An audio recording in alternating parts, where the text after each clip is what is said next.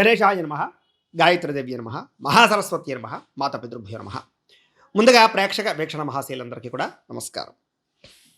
అయితే ముందుగా ప్రేక్షకులందరికీ కూడా నూతన సంవత్సర శుభాకాంక్షలు. 2026 సంవత్సరం మీ అందరికీ కూడా సకల ఐశ్వర్య భోగభాగ్యాలు కలవాలి అని మనస్ఫూర్తిగా ఆశిస్తూ, ఇక జనవరి నెలలో అంటే కొత్త సంవత్సరం మీ అందరికీ కూడా ఎలా ఉండబోతోంది, అలాగే ఈ జనవరి నెలంతా కూడా మీ జీవితంలో రాబోయేటటువంటి అదృష్టాలేంటి, యోగకాలం ఏమిటి అనేటటువంటి సంపూర్తి విషయాలు, అలాగే జాతక విషయాలు, గోచార విషయాలు, సంపూర్తి రాశి ఫలితాలు తెలుసుకుందాం.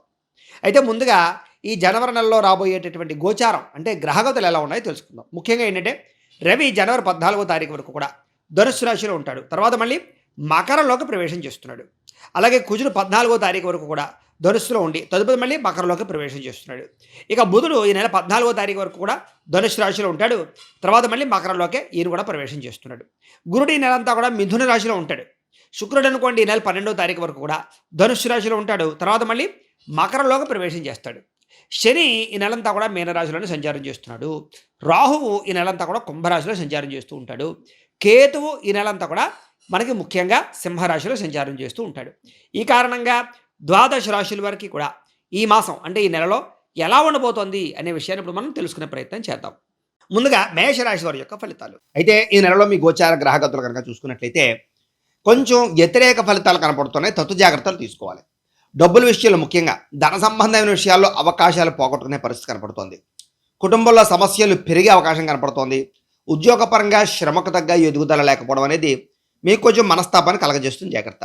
శారీరక పరంగా కూడా అనారోగ్య సమస్యలు ఇబ్బంది పెట్టడము, ఏదైనా నిరుద్యోగులు ఇంటర్వ్యూలోకి వెళితే నిరాశ, అలాగే మంచివారిని ప్రేమించిన వాళ్ళని కుటుంబ సభ్యులని అపార్థం చేసుకునే పరిస్థితులు, అలాగే మాట్లాడేటప్పుడు నోరు జారడం కానీ మాట జారడం వల్ల కానీ కోపంగా మాట్లాడడం వల్ల కానీ కావలసిన వాళ్ళు కోల్పోవడము, ఉద్యోగ నష్టాలు, వ్యాపార నష్టాలు కనపడుతున్నాయి. అలాగే మీ ఆలోచనలు ఏవైతే ఉన్నాయో అవి కార్యరూపం దాల్చడానికి చేసే ప్రయత్నాల్లో జాప్యం కనపడుతుందని చెప్పచ్చు. అలాగే ఎవరితోటైనా సరే తప్పుగా మాట్లాడినా లేకపోతే కనుక ఎవరికైనా ఉచిత సలహాలు ఇచ్చినా మీ మీద నిందలు కనపడుతున్నాయి, జాగ్రత్తగా ఉండాలి.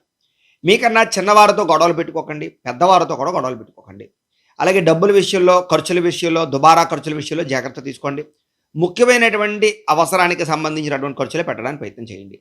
పై కొంతమంది ఏంటంటే మంచివాళ్ళుగా నటిస్తూ మిమ్మల్ని మోసం చేయడానికి ప్రయత్నం చేస్తూ ఉంటారు, అలాంటి వాళ్ళతో ఇంకా ఎక్కువ జాగ్రత్తగా ఉండాలి. అలాగే అక్రమంగా డబ్బులు సంపాదించాలనే ఆలోచనలు కానీ, షేర్లు ట్రేడింగ్లో డబ్బులు పెడదామనే ఆలోచనలు ఉంటే కనుక చాలా జాగ్రత్తగా ఉండండి. ఎందుకంటే అలాంటి వాటికి జాతక బలం చాలా ముఖ్యం, దేనికైనా సరే.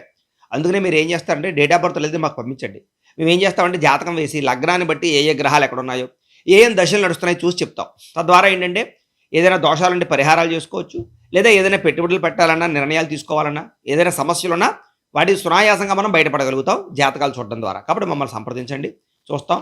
ఇదేమైనా కూడా జాతక బలం లేకుండా మాత్రం ఎవరో పెట్టుబడులు మాత్రం పెట్టకండి, చూసుకోండి.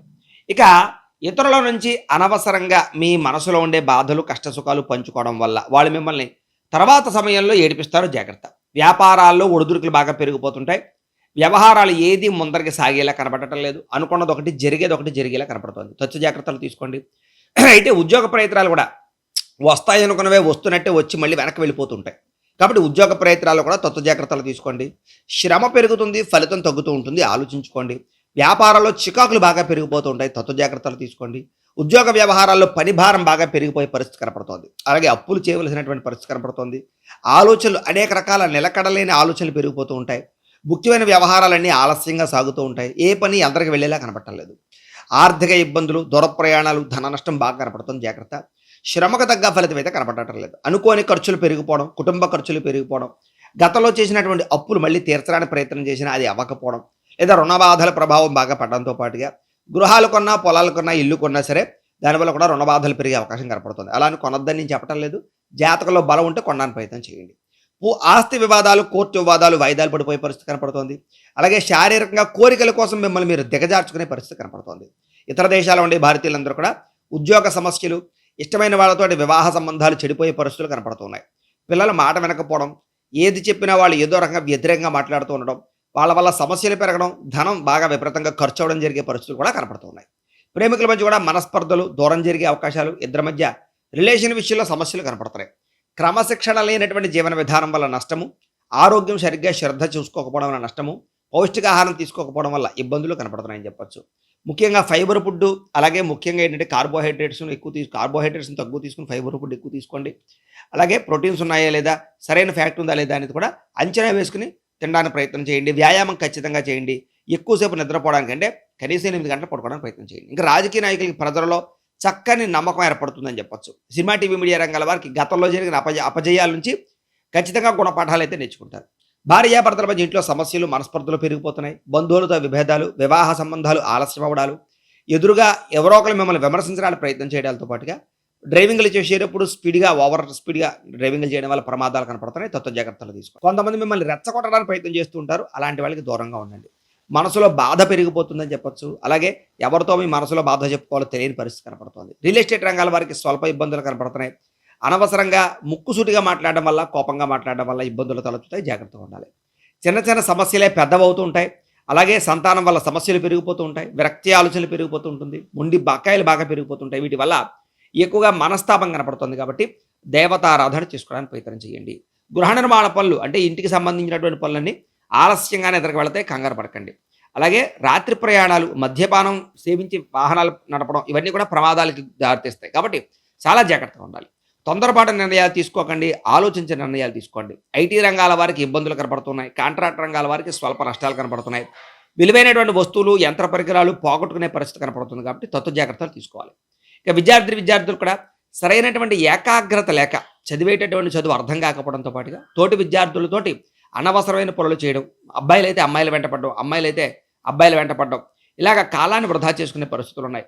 రాత్రి తొందరగా నిద్రపోకుండా సెల్ ఫోన్‌లో సినిమాలు చూడడమో, సెల్ ఫోన్‌లో గేమ్స్ ఆడడం ఇవన్నీ కూడా మీ చదువును పాడు చేస్తే జాగ్రత్త. టీచర్స్‌తో చాలా జాగ్రత్తగా మెలగడానికి మాత్రం ప్రయత్నం చేయండి. ఉద్యోగస్తులకి ఉద్యోగ కార్యాలయాల్లో పని ఒత్తిడి బాగా అధికంగా కనపడుతోంది. విదేశాల్లో ఉద్యోగాలు చేసేవారు కూడా పదవీపరమైనటువంటి సమస్యలు లేదా ఉద్యోగ తొలగింపులు కనపడుతున్నాయి. జాగ్రత్తగా ఉండాలి. మీ విధి నిర్వహణ సమయంలో ఆటంకాలు, సమస్యలు ఏర్పడుతున్నాయి. కార్యనిర్వహణ సమయంలో ఒత్తిడి బాగా పెరిగిపోతుంటుంది. కాబట్టి స్ట్రెస్‌ని తగ్గించుకోవడానికి మెడిటేషన్ చేయడానికి ప్రయత్నం చేయండి. కాస్త దేవతారాధన చేసుకోండి. ఉద్యోగంలో బాధ్యతలు బాగా పెరిగిపోతాయని చెప్పొచ్చు. మీరు చేయవలసిన దానికన్నా ఎక్కువ పనిని మీ చేత చేయించుకునే పరిస్థితులు ఉద్యోగ కార్యాలయాల్లో కనపడుతున్నాయి. అలాగే ఉద్యోగం మారదామన్న సరైన ఉద్యోగ అవకాశాలు రాకపోవడం, ప్రభుత్వ ఉద్యోగ ప్రయత్నాల్లో ఆలస్యాలు కనపడుతున్నాయి. అలాగే విదేశీ ఉద్యోగ ప్రయత్నాల్లో కూడా ఇబ్బందులు కనపడుతున్నాయి. స్త్రీలకి మనసులో బాధ ఎవరితో చెప్పుకోవాలో తెలియని పరిస్థితులు, ఆందోళన, చికాకు, అనారోగ్య సమస్యలు, నడునొప్పులు, మెడనొప్పులు, రక్త సంబంధ దోషాలు కనపడుతున్నాయి.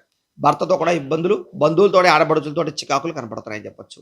ఉద్యోగ అవకాశాలు కూడా వచ్చినట్టే వచ్చి సరైనవి రాకపోవడం వల్ల మళ్ళీ వెనక్కి చేజారే పరిస్థితి కనపడుతోంది. వ్యాపారస్తులకి వ్యాపారపరంగా నిరాశ, నిస్పృహ బాగా కనపడుతోంది. వ్యాపారాన్ని ఏ రకంగా మార్చాలో అర్థం కాని పరిస్థితి కనపడుతోంది. చికాకు కనపడుతోంది. ఏదేమైనా కూడా వ్యాపారస్తులందరూ కూడా ధన జన వశీకరణ యంత్రం అని ఉంటుంది, లక్ష్మీ గణపతి యంత్రం. ఆ యంత్రాన్ని మీరు వ్యాపారాల్లో, షాపుల్లో పెట్టుకున్నట్లయితే మీకు వ్యాపారం చాలా తొందరగా క్లిక్ అవుతుంది. మంచి డబ్బులు సంపాదించుకోగలుగుతారు. కాబట్టి ఆ యంత్రం కావాలంటే మమ్మల్ని సంప్రదించండి. మీ గోత్రనామాలతోటి పూజలు, హోమాలు చేసి ఆ యంత్రాన్ని మీకు పంపిస్తాం. ఆ యంత్రం పెట్టుకోండి, మీకు తిరుగుండదు. ఇక వ్యాపారాల్లో అనుకోని ఒడిదుడుకులు ఎక్కువగా కనపడుతున్నాయి కాబట్టి ఈ నెలలో ఆచితూచి వ్యవహరించండి. పెట్టుబడులు పెట్టేటప్పుడు జాగ్రత్త. ఎవరిని నమ్మకండి.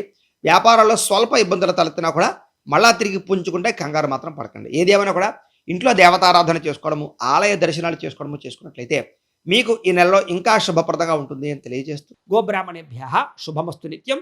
లోకాః సమస్తాః సుఖినో భవంతు. స్వస్తి.